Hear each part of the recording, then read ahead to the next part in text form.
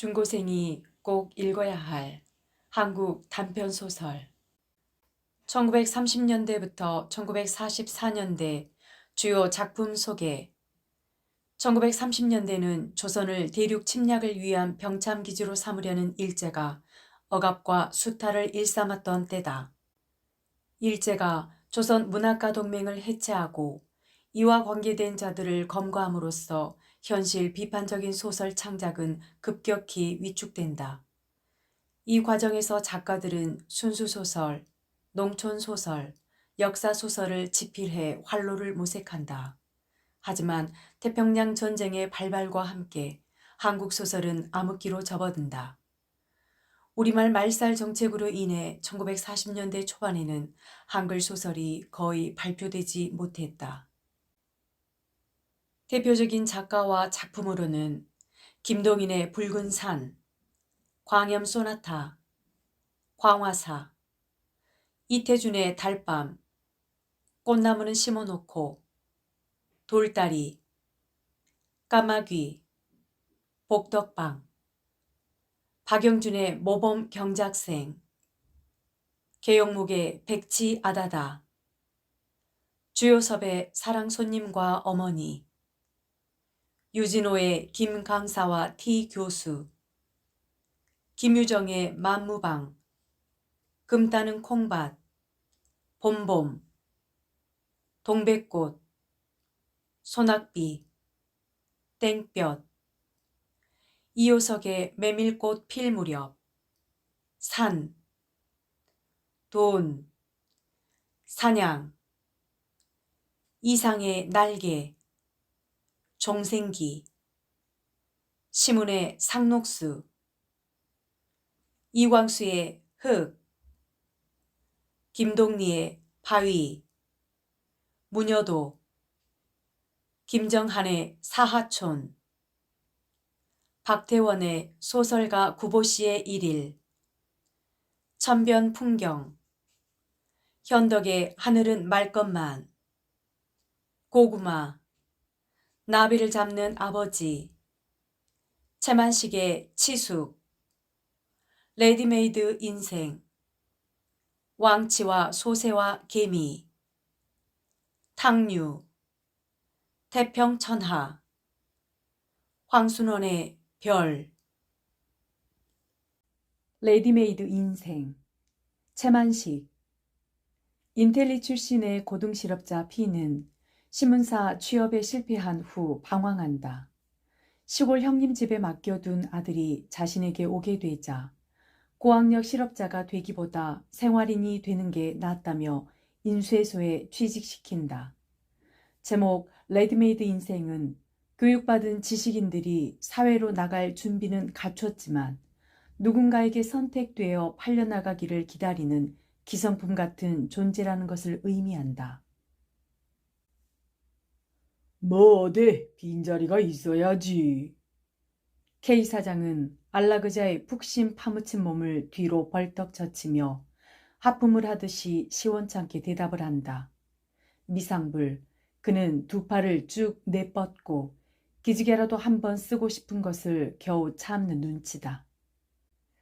이 K 사장과 둥근 탁자를 사이에 두고 공손히 마주 앉아 얼굴에는 나는 선배인 선생님을 극히 존경하고 앙모합니다 하는 비굴한 미소를 띠고 있는 구변, 없는 구변을 다하여 직업 동량의 구걸 문구를 기다랗게 늘어놓던 P는 그러나 취직운동의 백전백패의 노졸인지라 K씨의 힘 아니 드는 한마디의 거절에도 새삼스럽게 실망도 아니한다. 대답이 그렇게 나왔으니 이제 더 졸라도 별 수가 없는 것이지만 헛일 삼아 한마디 더 해보는 것이다. 글쎄올시다. 그러시다면 지금 당장 어떻게 해 주십사고 무리하게 조를 수야 있겠습니까마는. 그러면 이 다음에 결혼이 있다든지 하면 그때는 꼭 이렇게 말하고 B는 지금까지 외면하였던 얼굴을 돌리어 K 사장을 조심성 있게 바라보았다. 그러나 K 사장은 우선 고개를 좌우로 두어 번 흔들고는 여전히 하품 섞인 대답을 한다. 결혼이 그렇게 나나 어데. 그러고 간혹 가다가 결혼이 난다 하더라도 유력한 후보자가 몇십 명씩 밀려 있어서. 피는 아무 말도 아니하고 고개를 숙였다. 이제는 영영 틀어진 것이다. 안녕히 계십시오 하고 일어서는 것밖에는 별 수가 없다. 별 수가 없이 되었으니 네 그렇습니까 하고 선선히 일어서야 할 것이지만 지금까지 은근히 모시고 있던 태도에 비하여 그것이 너무 낯이 간지러운 표현임을 알기 때문에 실망이나 하는 체하고 잠시 더 앉아 있는 것이다. 거참 큰일 났어. K 사장은 비가 낙심이 하는 것을 보고 별로 미천이 들지 아니하는 일이라서 알뜰히 걱정을 나누어 준다. 저렇게 좋은 청년들이 일거리가 없어서 저렇게들 애를 쓰니. 비는 속으로 콧똥을 흥 하고 뀌었으나 아무 대답도 아니하였다. K 사장은 피가 이미 더 조르지 아니하리라고 안심한지라 먼저 하품 섞어 빈자리가 있어야지 하던 시원찮은 태도는 버리고 그가 늘 흉중에 묻어두었다가 청년들에게 한바탕씩 해 들려주는 훈화를 꺼낸다. 그렇지만 내가 늘 말하는 것인데 저렇게 취직만 하려고 애를 쓸 게 아니야. 도회지에서 월급 생활을 하려고 할 것만이 아니라 농촌으로 돌아가서. 농촌으로 돌아가서 뭘 합니까?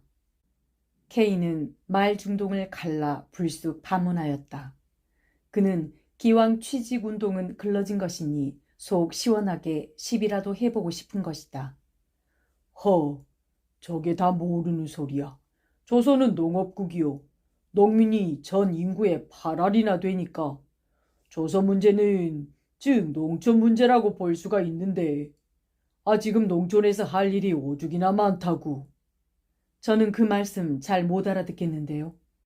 저희 같은 사람이 농촌에 가서 할 일이 있을 것 같지 않습니다. 그럴 리가 있나? 가령 K 사장은 저 하고 더듬으면서 끝내 대답을 하지 못한다. 그것은 무리가 아니다. 그가 구직하러 오는 지식 청년들에게 농촌으로 돌아가 농촌 사업을 하라는 것과 다음에 또 꺼내는 일거리를 만들라는 것은 결코 현실에서 출발한 이론적 근거가 있는 것이 아니었었다. 그저 지식 계급의 구직군이 넘치는 것을 보고 막연히 농촌으로 돌아가라, 일을 만들어라 하고 해왔을 따름이다. 따라서 거기에 대한 구체적 플랜이 있는 것도 아니었었던 것이다. 한편으로는 한 행색거리로 또 한편으로는 구직군 격퇴의 수단으로 자룡이 헌창 쓰듯 썼을 뿐이다.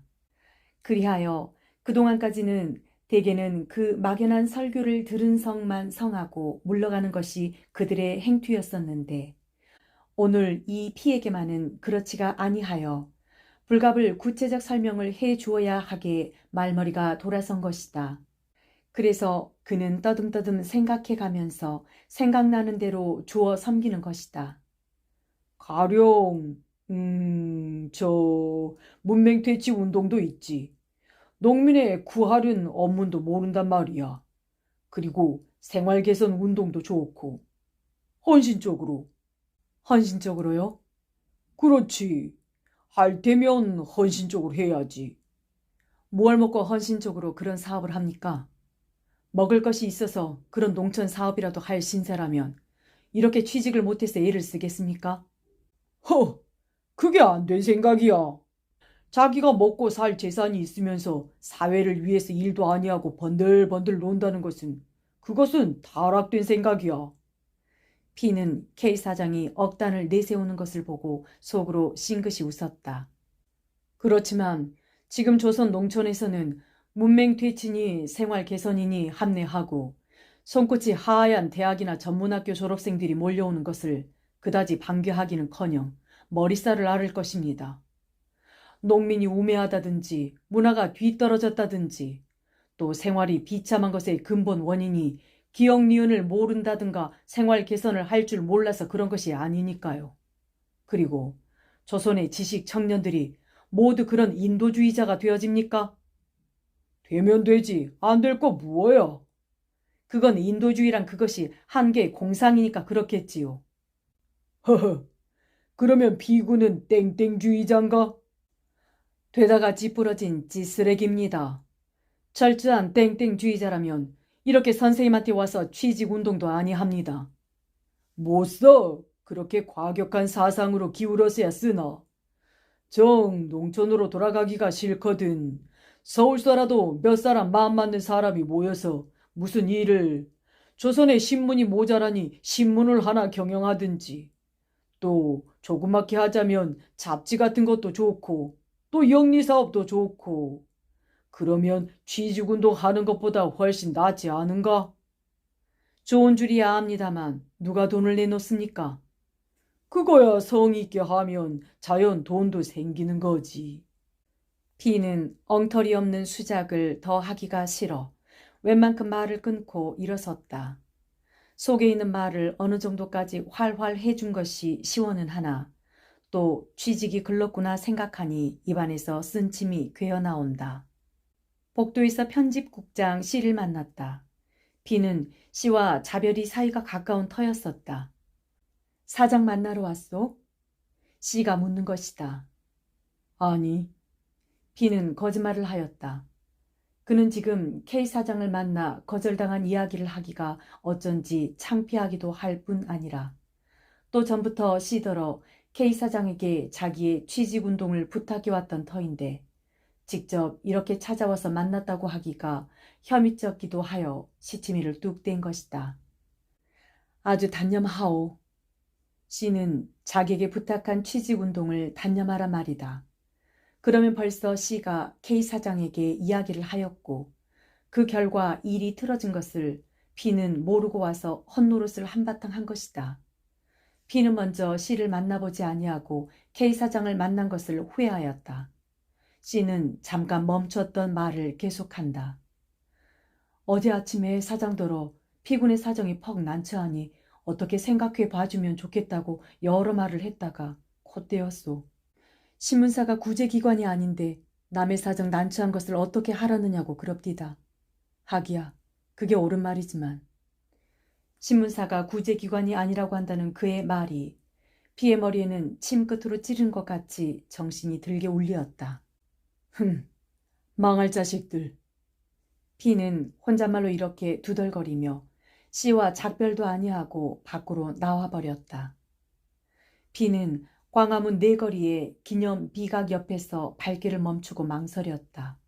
어디로 갈까 하는 것이다. 봄하늘이 맑게 개었다. 햇볕이 살이 올라 포근히 온몸을 싸고 돈다. 덕석 같은 겨울 외투를 벗어버리고 말쑥말쑥하게 새로 지은 경쾌한 춘추복의 젊은이들이 봄볕처럼 명랑하게 오고 가고 한다. 멋쟁이로 차린 여자들의 목도리가 나비같이 보드랍게 나부낀다. 그 오동보동한 비단 다리를 바라보느라니 비는 전에 먹던 치킨 커틀릿이 생각이 났다. 창을 활활 열어젖힌 전차 속의 봄 사람들을 보니 비도 전차를 잡아타고 교회나 나가고 싶었다. 그러나 크림 맛을 못 본 지 몇 달이 된 낡은 구두, 구기적거린 동복 바지, 양편 포켓이 온유월 쇠불알같이 축 처진 양복 저고리, 때국 묻은 와이셔츠와 베베 꼬인 넥타이, 엿장수가 이전어치 주마던 낡은 모자. 이렇게 아래로부터 훑어 올려보며 생각하니 교회에 산보는커녕 얼른 돌아가서 차라리 이불을 뒤집어 쓰고 들어 눕고만 싶었다. 마침 기념비각 앞에 자동차 하나가 머무르더니 서양 사람 4외가 내린다. 그들은 사내가 설명을 하고 여자가 듣고 하면서 기념비각을 앞뒤로 구경한다. 여자는 사진까지 찍는다. 대원군이 만일 이 꼴을 본다면 이렇게 생각함에 피는 저절로 미소가 입가에 떠올랐다. 대원군은 한말의 돈키호테였다. 그는 바가지를 쓰고 벼락을 막으려 하였다. 바가지는 여지없이 부스러졌다. 역사는 조선이라는 조그만 땅덩이나마 너무 오래 뒤떨어뜨려 놓지 아니하였다. 갑신정변에 싹이 트기 시작하여 가지고 이란 합방의 급격한 역사 변천을 거쳐 자유주의의 사조는 김인연에 비로소 확실한 걸음을 내디뎠다. 자유주의의 새로운 깃발을 내어 걸은 시민의 기세는 등등하였다. 양반? 흥! 누구는 발이 하나기에 너희만 양발이라느냐? 법률의 앞에서는 만인이 평등이다. 돈이 있으면 무엇든지 할 수 있다. 신흥 부르주아지는 민주주의의 간판을 이용하여 노동자, 농민의 등을 어루만지고 경제적으로 유력한 봉건 귀족과 악수를 하는 동시에 지식계급을 대량으로 주문하였다. 유자 천금, 불여 교자, 일권서라는 봉건시대의 진리가 자유주의의 세례를 받아 일단의 더 발전된 얼굴로 민중을 열광시켰다. 배워라. 글을 배워라. 지식만 있으면 누구나 양반이 되고 잘 살 수가 있다. 이러한 정열의 외침이 방방곡곡에서 솟아쳐 일어났다. 신문과 잡지가 불이 닳도록 향학열을 고취하고 피가 끓는 지사들이 향촌으로 돌아다니며 새치혀를 놀려 권악을 부르짖었다. 배워라. 배워야 한다. 상놈도 배우면 양반이 된다. 가르쳐라. 논밭을 팔고 집을 팔아서라도 가르쳐라. 그나마도 못하면 고학이라도 해야 한다. 공자왈, 맹자왈은 이미 시대가 늦었다. 상투를 깎고 신학문을 배워라. 약을 실시하여라. 사이토 마코토 제등 총독이 문화정치의 간판을 내어걸고 골고리 학교를 증설하였다. 보통 학교의 교장이 간발을 하고 촌으로 돌아다니며 입학을 권유하였다. 생도에게는 월사금을 받기는커녕 교과서와 학용품을 대주었다. 민간의 유지는 돈을 걷어 학교를 세웠다. 밀립대학도 생기려다 말았다. 청년회에서 야학을 설치하였다. 갈도회가 생겨 갈도만주 외우는 소리가 서울의 신풍경을 이루었고 일반은 고학생을 존경하였다. 여학생이라는 새 수가가 생기고 신여성이라는 새 여인이 생겨났다. 이와 같이 조선의 관민이 일치되어 민중의 지식 정도를 높이는 데 진력을 하였다. 즉 그들 관민이 일치하여 계획한 조선의 문화 정도는 급속도로 높아갔다. 그리하여 민중의 지식 보급에 애쓴 보람은 나타났다. 면서기를 공급하고 순사를 공급하고 군천 고원을 공급하고 간이 농업학교 출신의 농사 개량 기술을 공급하였다. 은행원이 생기고 회사 사원이 생겼다. 학교 교원이 생기고 교회의 목사가 생겼다. 신문 기자가 생기고 잡지 기자가 생겼다. 민중의 지식 정도가 높았으니 신문 잡지 구독자가 부쩍 늘고 의사와 변호사의 벌이가 윤택하여졌다. 소설가가 원고료를 얻어먹고 미술가가 그림을 팔아먹고 음악가가 광대의 천호에서 벗어났다. 인쇄소와 책장사가 세월을 만나고 양복점 구두방이 늘비하여졌다.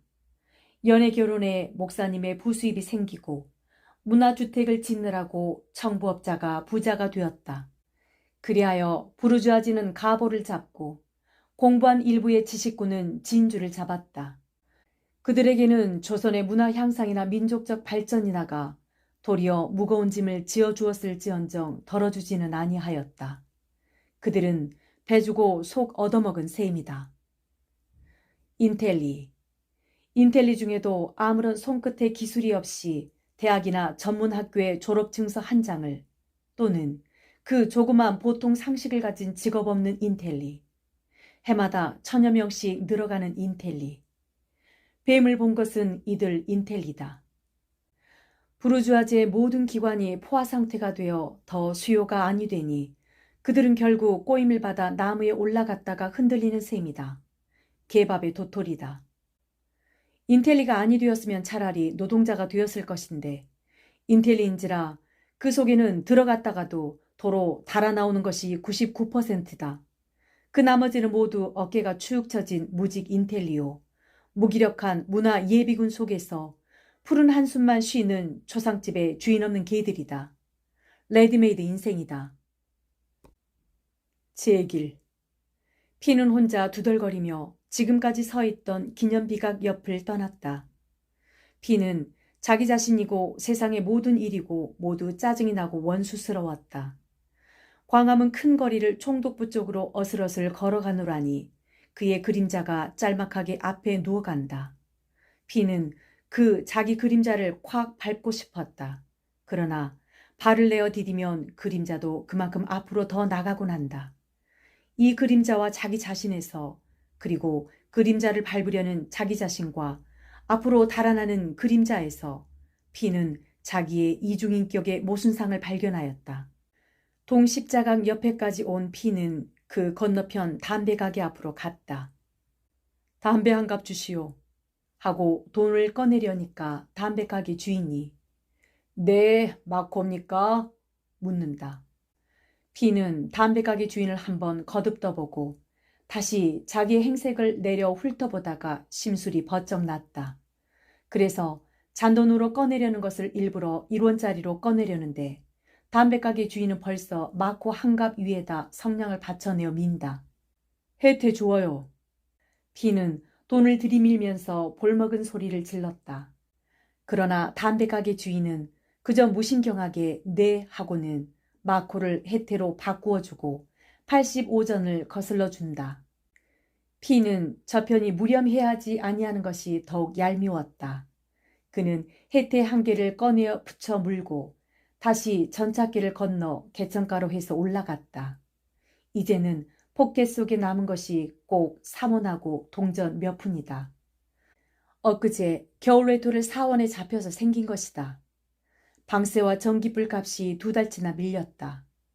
사원은 방세 한 달치를 주고 일원에서 전등 삭 한 달치를 주고도 싶었으나 그러고 나면 그 나머지로 설렁탕이나 호떡을 사 먹어도 하루밖에는 못 지낸다. 그래 그대로 넣어두고 한 이틀 지내는 동안에 일원이 거진 달아났던 판인데 공연한 객기를 부리느라고 당치도 아니한 혜태를 샀기 때문에 이제는 일원 돈은 완전히 달아나고 3원만 남은 것이다. 피는 포켓 속에 손을 넣고 잔돈과 지폐를 섞어 3원 남은 돈을 만지작거렸다. 그러면서 왼편 손으로는 손가락을 꼽아가며 3원을 곱쟁이 쳐보았다. 6원, 12원, 24원, 48원, 96원, 192원, 80원 모자라는 200원, 400원, 800원, 1600원, 3200원, 6400원, 12800원, 800원은 떼어버리고 24000원, 48000원, 96,000원, 192,000원, 384,000원, 768,000원, 1,536,000원. 3원을 18번만 곱집으면 150만 원이 된다. 150만 원 그놈이 있으면 이렇게 생각하며 어깨가 으쓱해졌다. 3원에 18곱쟁이가 150만 원이니 퍽 쉬운 것이다. 그놈만 있으면 100만 원을 들여서 50전짜리 16페이지 신문을 하나 했으면 우선 K 사장의 엉엉 우는 꼴을 볼 수가 있을 것이다. 그러나 아쉬운 대로 15만 원만 있어도 1만 5천 원, 아니 1,500원만 있어도, 아니 150원만 있어도, 15원만 있어도 우선 방세와 전등삭스를 주고 한 달은 살아가겠다. 피는 한숨을 내쉬었다. 한 달? 한 달만 살고 나면 그 다음은 어떻게 하나. 그래도 몇백 원은 있어야지. 아니 몇천 원은. 아니 몇만 원은. 피는 늘 하는 버릇으로 이런 터무니없는 공상을 되풀이하였다. 그는 최근 이러한 공상을 하면서부터 취직을 시들하게 여겼다. 취직이 된 데짜 4, 50원이나 5, 60원이 월급이다. 그것을 가지고 빠듯빠듯 살아간들 무슨 아기자기한 재미가 있을 턱도 없는 것이다. 가령 근실이 해서 월계의 저금 같은 것도 하고 집도 장만하고 옆에네도 생기고 사장이나 중역들의 눈에 들어 지위도 부장쯤으로는 올라가고 그리하여 생활의 근거도 안정이 되고 하면 지금 같은 곤란은 당하지 아니하겠지만 그러나 피에게는 아직도 젊은 때의 야심이 있어 그러한 고식된 안정이나 명색 없는 생활은 도리어 피하고 싶었던 것이다. 좀 더 남의 눈에 띄고 좀 더 재미있고 그리고 자유로운 생활. 물론 그는 지금이라도 누가 한 달에 30원만 줄 테니 와서 일을 해달라면 마치 줄인 개가 고기를 보고 덤비듯이 덮어놓고 덤벼들 것이다. 그러나 속으로는 그와 딴판으로 배포를 부리고 있는 것이다. 피가 삼청동으로 올라가느라고 건춘문 앞까지 이르렀을 때 저편에서 말쑥하게 몸치장을 한 여자 하나가 마주 내려왔다. 역시 삼청동 근처에 사는 여자인지 피와는 가끔 마주치는 여자다. 피는 그 여자와 만날 때마다 일부러 눈여겨보지 않는 체 하면서도 실상은 곱이 샅샅 관찰을 하였고 그리고 속으로는 연애라도 좀 했으면 하던 터였다. 무엇보다도 동그스름한 얼굴에 이목구비가 모두 모지지 아니하고 얼굴에 윤곽이 둥글듯이 모가 나지 아니한 것. 그래서 마음자리도 그렇게 둥글려니 하는 것이 피의 마음을 끈 것이다. 그 여자는 자주 만나는 이 흡수룩한 양복쟁이 피를 먼 빛으로도 알아보았는지 처녀다운 조심스런 몸매로 길을 가로 비켜 가까이 왔다. 피는 고개를 꼿꼿이 쳐들고 앞만 쳐다보면서도 속으로는 저 여자가 지금 내 옆으로 다가와서 조그만 소리로 정답게 구애를 한다면, 사뭇 들여안긴다면 어쩔꼬. 이런 생각을 하면서 희죽이 웃는데 여자는 벌써 지나쳐 버렸다. 어쩌긴 뭘 어째.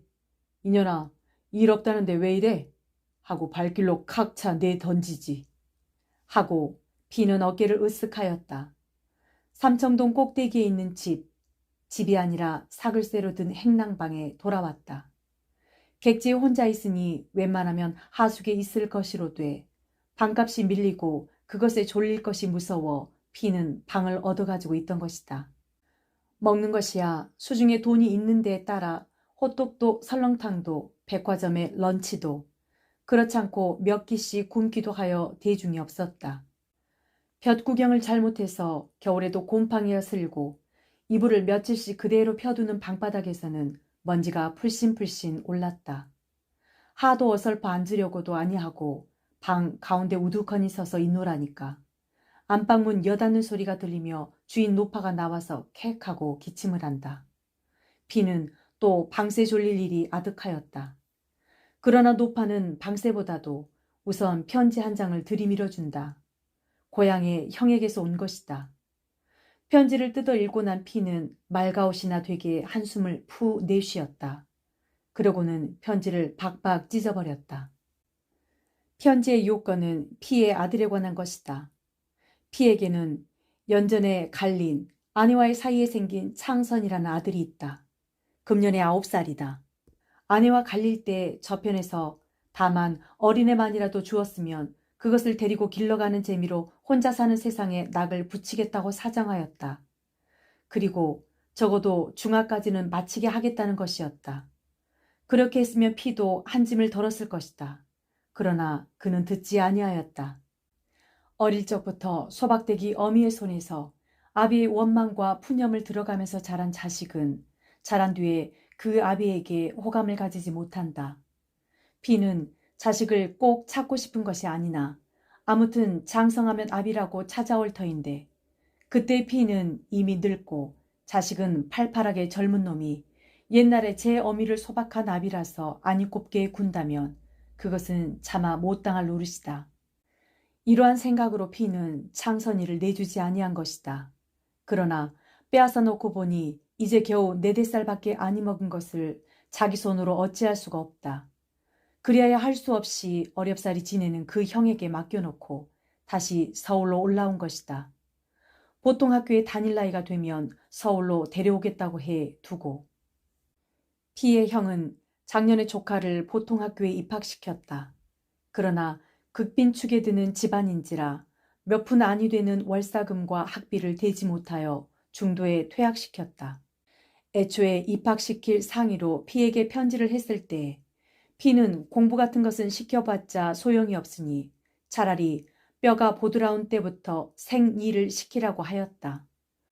피의 형은 그러나 백부의 도리로나 집안의 체면으로나 장선이에게 생일을 시킬 수가 없었다. 차라리 자기 손에 두어 헐벗기고 헐리피면서 공부도 시키지 못하느니 제 아비인 피더러 데려가라고 작년부터 편지를 하던 터이다. 금년도 입학 시기가 당함에 피의 형은 피에게 누차 편지를 하였다.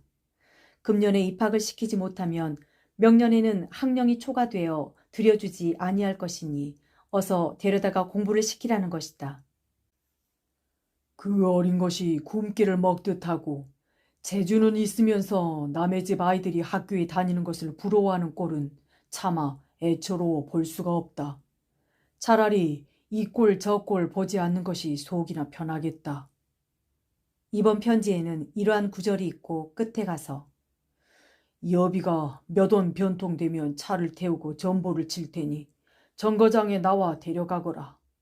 나도 웬만하면 객지에 혼자 있는 너에게 어린 자식을 떠맡기듯이 보내겠느냐마는 잘못하다가 그것을 굶겨 죽이겠기에 생각다 못해 단행하는 것이다.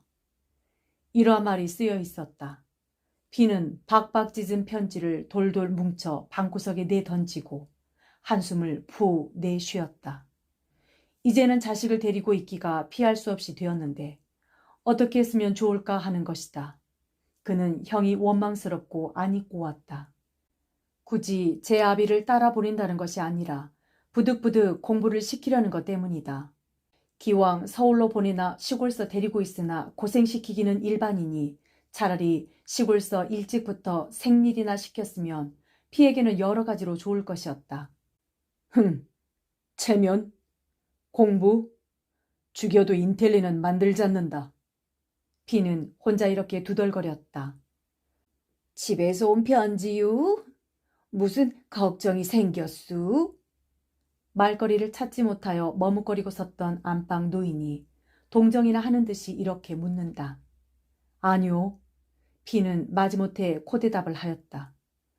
필경 무슨 걱정이 생긴 게구려. 노인은 자기 말거리를 만들려고 아니라는데도 이렇게 걱정을 내어놓는다. 그게 뭐다 가난한 탓이지. 저렇게 젊고 똑똑한 이가. 저게 뭐다 가난한 탓이야. 어디 구실짜리 말한다더니 아직 아니 됐수? 네, 아직. 큰일 났구려. 어서 돼야 할 텐데. 나도 꼭 죽겠수. 이 늙은 것이 돈 좀 마련되지 않았수? 네, 아직 좀. 저걸 어쩌나. 오늘은 물값이야 전기불 값이야 사모 받으러 달려들 텐데. 며칠만 더 미루십시오. 설마하니 만화님이 아니 드리겠습니까? 아무렴 실수야 없을 줄 알지만 내가 하도 옹색하니까 그러는 거지. 피는 노인이 짓거리게 두어두고 혼자 생각하였다. 전에 아는 집에서 새빵을 얻어 들었을 때에는 두 달이고 석 달이고 새가 밀려도 조르는 법이 없었다. 밀려도 조르지 아니하는 아는 집. 이것이 피는 도리어 미안해서 이곳으로 옮겨온 것이다. 옮겨와 가지고 막상 졸림질을 당하니 미안해도 졸리지 아니하던 옛집이 그리워지는 것이다. 노인이 문을 가로막고 서서 수다스런 소리로 더 짓거리려고 하는데 마침 피의 동무 M과 H가 찾아왔다. 어디 나가나? M이 그렇잖아도 벌심한 코를 한 번 더 벌심하고 사이 벌어진 앞니를 내어 보이며 싱긋 웃는다. 몸집은 M과 같이 통통하지만 키가 적어 M의 뒤에 가려 섰던 H가 옆으로 나서며 안녕합시오 하고 인사를 한다. P는 싱긋이 웃었다. 이 M과 H는 같은 하숙에 있는데 두 사람은 곧잘 같이 돌아다닌다. 같이 가는 것을 나란히 세워놓고 보면 하나는 키가 커서 우뚝하고 하나는 키가 작아서 납작 붙어가는 것 같다. 얼굴도 M은 부들부들한 게 정객 타입으로 생겼고 잘못하면 복싱 링에 내세워도 좋겠고 H는 안존한 게 사무원 타입이다. 일상의 언행을 보아도 H는 무슨 이야기가 자기 전문인 법률에 관한 것에 다다르면 육법전세의 조목을 따르르 외우면서 이러고 저러고 한다고 설명을 하고 M은 동경서 학생 누구누구의 제휴를 했던 만큼 그리고 전문이 정경과인 만큼 좌익 진영에서 쓰는 어투가 그대로 나온다. 여전히 모다 동색이 창연하군. 피는 두 사람의 독특한 겨울 양복을 보고 그리고 자기의 행색을 내려보며 웃었다. 엠이 신을 벗고 들어와 먼지 앉은 책상 위에 걸터 앉으며 출래불사 준일세 하고 한마디 외운다. H도 따라 들어와 한편에 앉으며 한마디 한다. 아직 괜찮아. 거리에서 보니까 동복 입은 사람이 많대. 괜찮기는 무어 괜찮아. 우리가 길로 돌아다니니까 사방에서 아이구야 소리가 들리대. 왜? 봄이 발밑에서 짓밟히느라고. 하하하하. 세 사람은 소리를 내어 웃었다. 참, 시험 본 것도 어떻게 되었소? B는 H가 일전에 총독부에서 본 고원 채용 시험을 생각하고 물어보았다. 말도 마시오. 이제는 꼭 들어앉아 공부나 해갖고 변호사 시험이나 치겠소. 사람이 별로 변통성도 없고 그렇다고 여기저기 반연도 없이 취직이 여의하게 되지 못하는 것을 볼 때에 B는 가엾은 생각이 늘 들곤 하였다. 가만히 있게. 어서 변호사 시험만 패스하게. 그러면 이제 내가 100만 원짜리 주식회사를 조직해가지고 자네를 법률 고문으로 모셔옴세. 이것은 M이 늘 농삼아 하는 농담이다. M도 1년 동안이나 취직운동을 하면서 지냈건만 그는 되레 배포가 유하다. 조금 더 재빠르게 했으면 M은 벌써 취직이 되었을는지도 모르나 그는 타고난 배포와 그리고 남에게 아유구용을 하기 싫어하는 성질로 말하자면 취직 전선에 나고자다. 별로 만나야 할 일도 없다. 그러나 제각기 혼자 있으면 우울해지니까 이렇게 서로 찾으며 자주 만나게 된다. 만나 앉아서 이야기라도 짓거리면 그동안만은 명랑하여진다. 지금 서울 안에 P니 M이니 H와 매일 만나 하는 일 없이 돌아다니고 주머니 구석에 돈푼 있으면 서로 털어 선술잔이나 먹고 하는 룸펜의 패가 수없이 많다. 무어나 일을 맡겼으면 불이 번쩍 일게 해낼 팔팔한 젊은 사람들이다. 그렇건만 그들은 몸을 비비 꼬고 있다. 아무데도 용납지 못하는 사람들이다. 누구누구 적 어디어디에서 그들을 불러들이기에는 누구누구 적 누구누구의 주관적 정세가 너무도 미약하다. 그것은 그들의 몇 부분이 동경서 학생으로 있을 시절에는 그 속에서 활발하게 무엇을 계속하던 것이 조선에 나오면서 탈리되는 것으로 보아 그러한 해석을 내리지 아니할 수가 없다. 그렇다고 부르주아의 기성 문화기관에 들어가자니 그곳에서는 수요를 찾지 아니한다. 레디메이드로 된 존재들이니 아무 때라도 저편에서 필요해야만 몇씩 사들여 간다. M이 마코를 꺼내놓고 붙여문다. B는 포켓 속에 들어있는 혜태를 차마 내놓기가 낯이 따가워 M의 마코를 집어당겼다. B는 설명을 시작한다. P 자신 그러한 장난 비슷한 공상은 하면서 일단 해보라고 하면 주저할 것이지만 어쨌거나 그랬으면 통쾌하리라는 것이다. 먼저 경무국에 들어가서 아주 까놓고 이야기를 한단 말이야. 우리가 지금 대상으로 하는 것은 총독부가 아니라 조선의 소위 민간 측 유지들이니까 간섭을 말아달라고.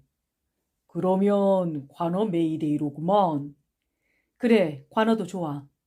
그래 가지고는 귀에다가는 무엇라고 쓰냐 하면 우리에게 향학녀를 고치한 놈이 누구냐? 어때? 좋지. 인텔리에게 직업을 대라. 이렇게 노래를 지어 부르거든. 유지와 명사의 가면을 박탈시키라고. 한 몇십 명이 그렇게 데모를 한단 말이야. 하하하하. M은 이렇게 웃고 H는 시원찮게 핀잔을 준다. 듣끄럽소. 여보. 아 글쎄 멀끔멀끔한 양복쟁이들이 종로 네거리로 길을 받고 그렇게 다녀봐. 애들이 와서 나 광고지 한 장 주 하잖나? 하하하하. 호호호호. 창밖에서 냉이장수가 싸구려 소리를 외치고 지나간다. M이 그에 응하여 이크 봄을 덤핑하는구나. 경제학자라 다르군.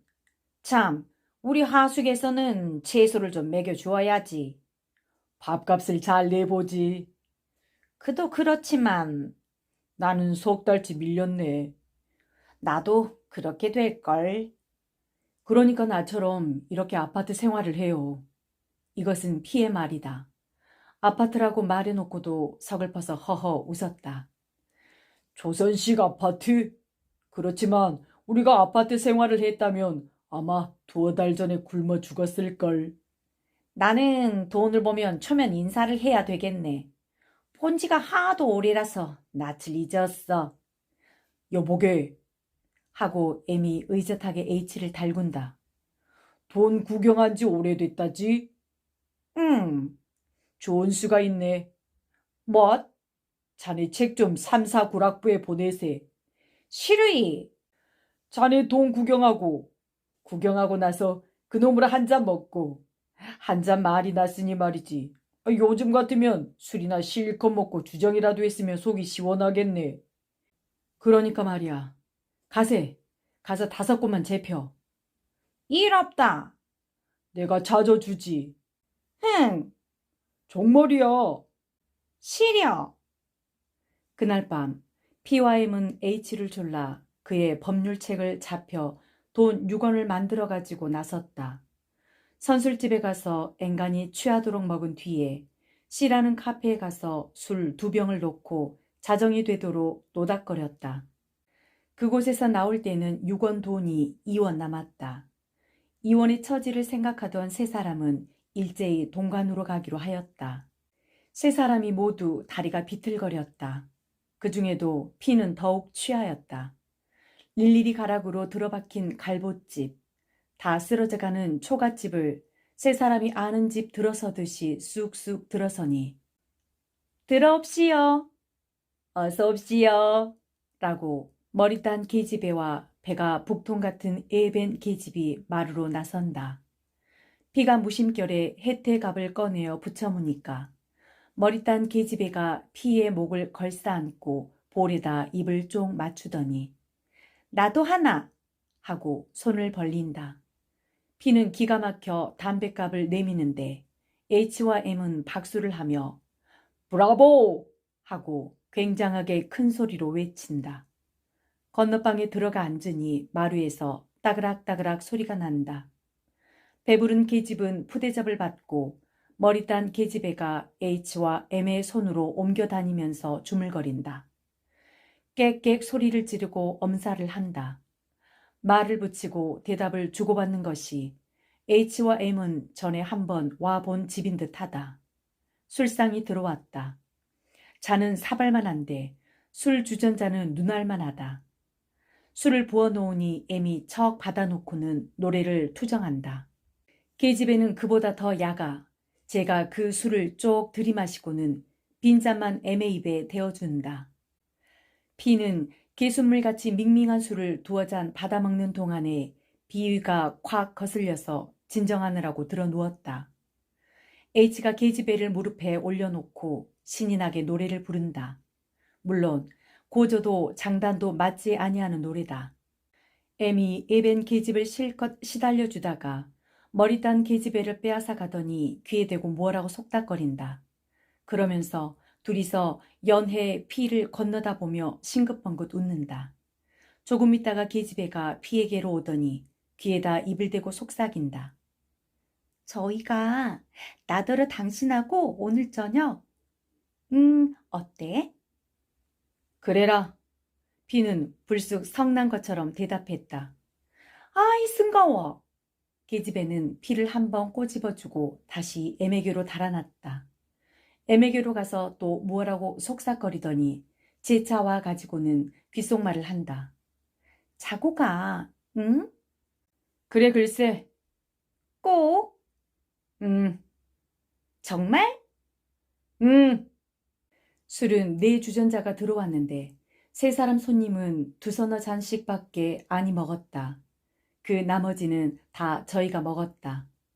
계집애가 술이 곤주가 되게 취해가지고 해롱해롱 까분다.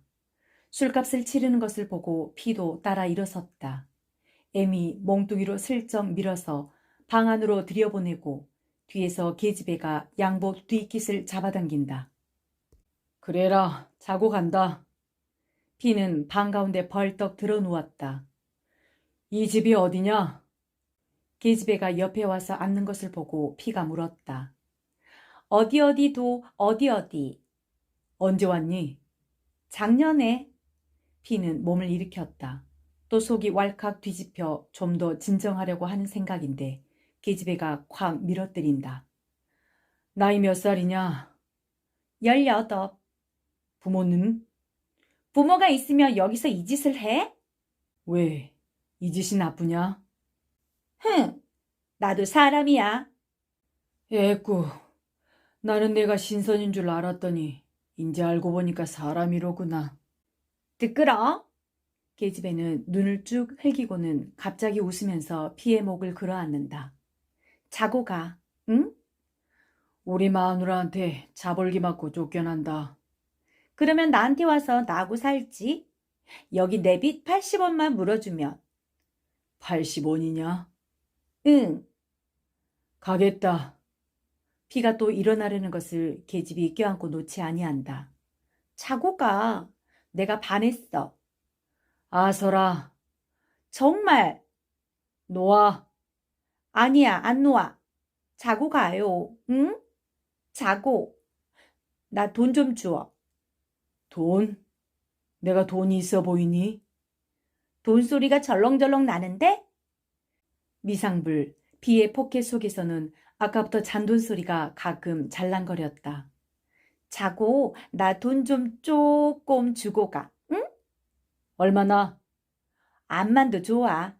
50전도, 아니 20전도. 계집애의 말이 떨어지기도 전에 비는 불에 댄 것 같이 벌떡 일어섰다. 일어서면서 그는 포켓 속에 손을 넣어 있는 대로 돈을 움켜쥐어 방바닥에 획 내던졌다. 1원짜리 지전 2장과 백동전이 방바닥에 요란스럽게 흐트러진다. 아따 돈! 해 던지고는 피는 뛰어나왔다. 그의 눈에는 눈물이 괴었다. 피는 정조적으로 순진한 사나이가 아니다. 14살 때에 속굽질 같은 장가를 갖고 그 뒤 동경 가서 있을 동안에 거기 여자와 살림도 하였다.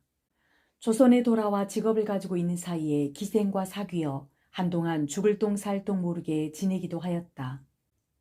그 밖에도 정을 두어 지낸 여자가 두어 떠 있다. 그러나 30이 되도록 지금까지 유곽을 가거나 은근자 집을 가거나 동관의 색주가 집에 가서 잠자리를 한 일은 없다. 그것은 피의 궤벽이다. 어떠한 여자를 막론하고 그가 정이 들지 아니한 여자면 절대로 관계를 아니한다는 것이다. 그 대신 한번 피의 눈에 들면, 따라서 정이 들면 아무것도 돌아보지 아니하고 심각한 열정에 맡겨 완전히 그 여자를 움켜쥐어 버리며 또한 그 여자에게 전부를 내주어 버린다. 그리하여 그는 늘 all or nothing을 말한다. 이것이 처세상 퍽 이롭지 못한 것을 피도 잘 안다. 또 공연한 승벽이요 고집인 줄 알건만 그는 그것을 고치지 못한다. 이날 밤에도 그는 그 계집애를 조금도 어떻게 하겠다는 생각은 나지 아니하였다. 술 취한 끝에 속이 괴로우니까 진정을 하자는 판인데 50전 아니 20전도 좋아하는 소리에 버쩍 흥분이 된 것이다. 너무도 인간이 단작스럽고 악착스러운 것 같았다. 피가 노상 보고 듣는 세상이 돈을 중간에 놓고 악착스럽게 바등바등 하는 것임을 모르는 바는 아니나 정조대가로 일금 20전을 요구하는 것은 처음 보았다. 피는 그러한 여자가 정조를 파는데 무신경한 것도 잘 알고 있으며 따라서 그것이 비도덕이니 어쩌니 하는 것도 아니다. 그의 관점과 해석은 그런 것보다 더 나아간 입장에 있었다. 그러나 20전만 주어도 소리에는 이것저것 생각하고 헤아릴 나이도 없었다. 더럽고 얄미우면서 그러면서도 눈물이 괴었다. 3원쯤 되는 전 재산을 털어 내던지고 정신없이 뛰어나온 것이다. 술 취한 피를 혼자 남겨둔 H와 M은 골목에 기다리고 서서 있었다. 피가 뛰어나오는 것을 보고 그들은 우선 농을 건넨다. 한턱하오. 장가간턱하게. 피는 고개를 흔들었다. 그리고 멍하니 서서 생각을 하였다. 다분의 가면 밑에서 꿈틀거리는 인도주의에 몹시 증오를 느끼는 피는 이날 밤 자기의 행동을 어떻게 해석할지 몰라 괴로워하였다. 내일을 굶어야 할 그 돈이지만 돈이 아까운 것이 아니다. 정조값으로 20전을 주어도 좋다는데 왜 정조는 퇴하고 돈만 있는 대로 다 떨어 주었는가? 왜 눈에 눈물은 괴었는가? 피는 머리가 띵하고 속이 뉘역거리어 정신을 차릴 수가 없었다. 그는 두 친구에게 인사도 변변히 하지 아니하고 코를 베인 듯이 삼청동으로 올라왔다. 어서 바삐 좀 들어눕고만 싶었던 것이다. 아무리 방구들은 차고 지저분하게 늘어놓았어도 제 처소는 반가운 것이다. 더구나 몸이 괴로울 때는.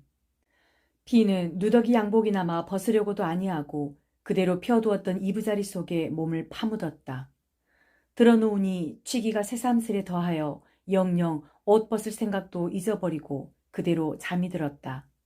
얼마를 자고 났는지 괴로워 부대끼다 못하여 잠이 깨었을 때는 목이 타는 듯이 말랐다.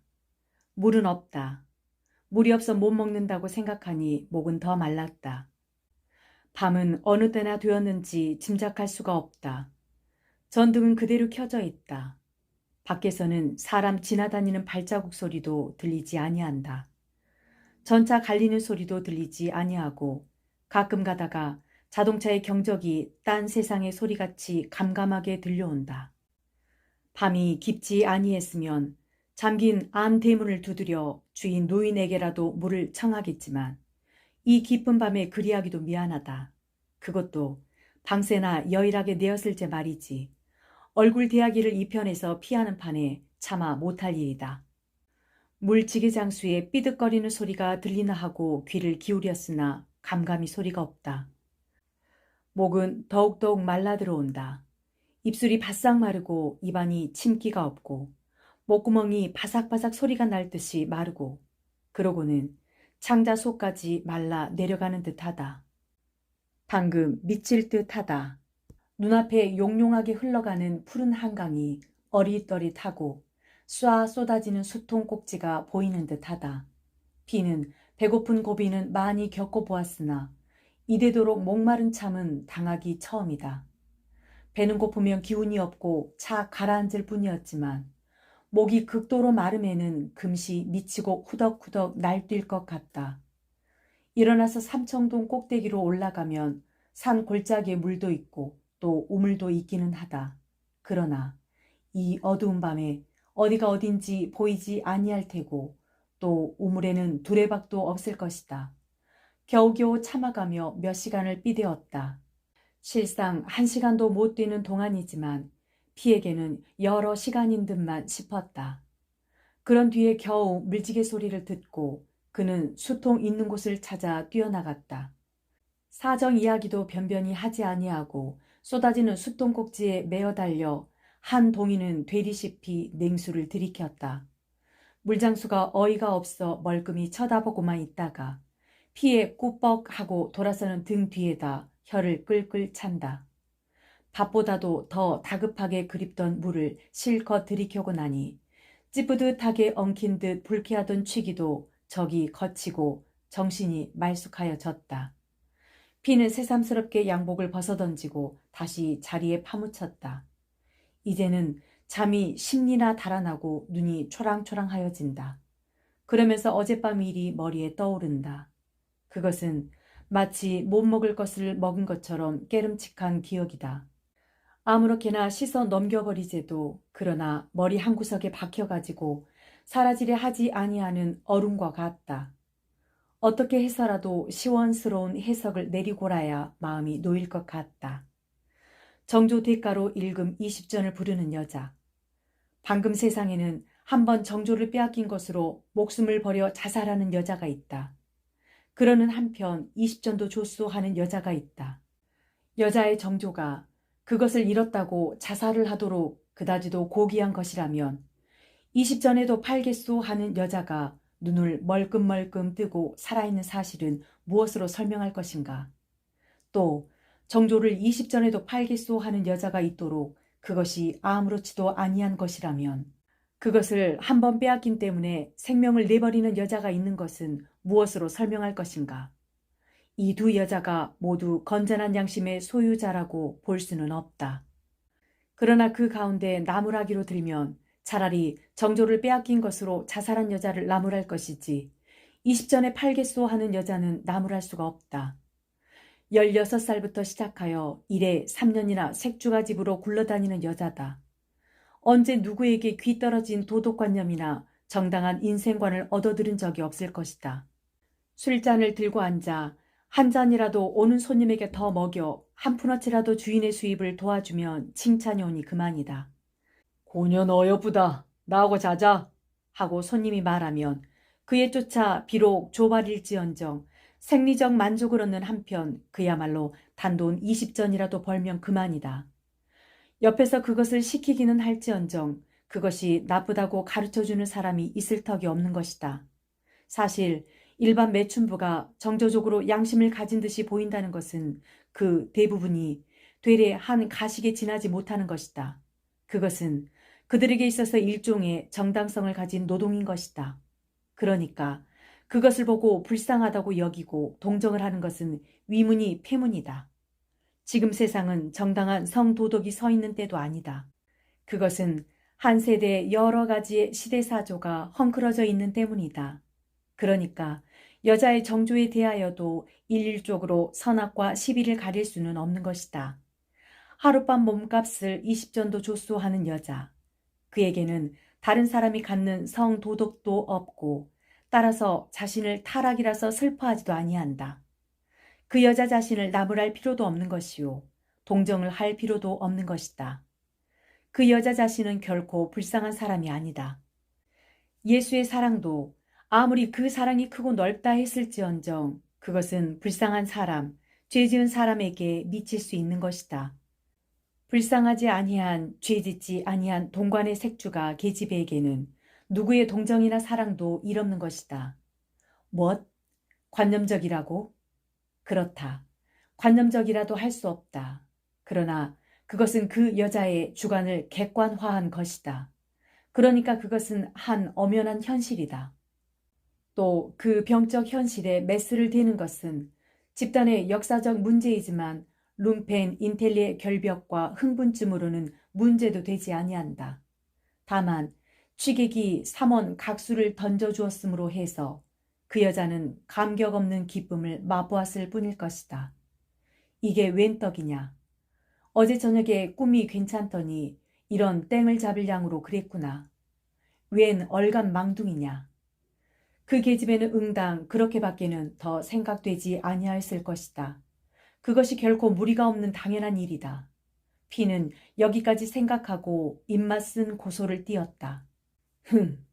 되지 못하게 장님이 눈병 앓는 사람대로 불쌍하다고 한 셈인가?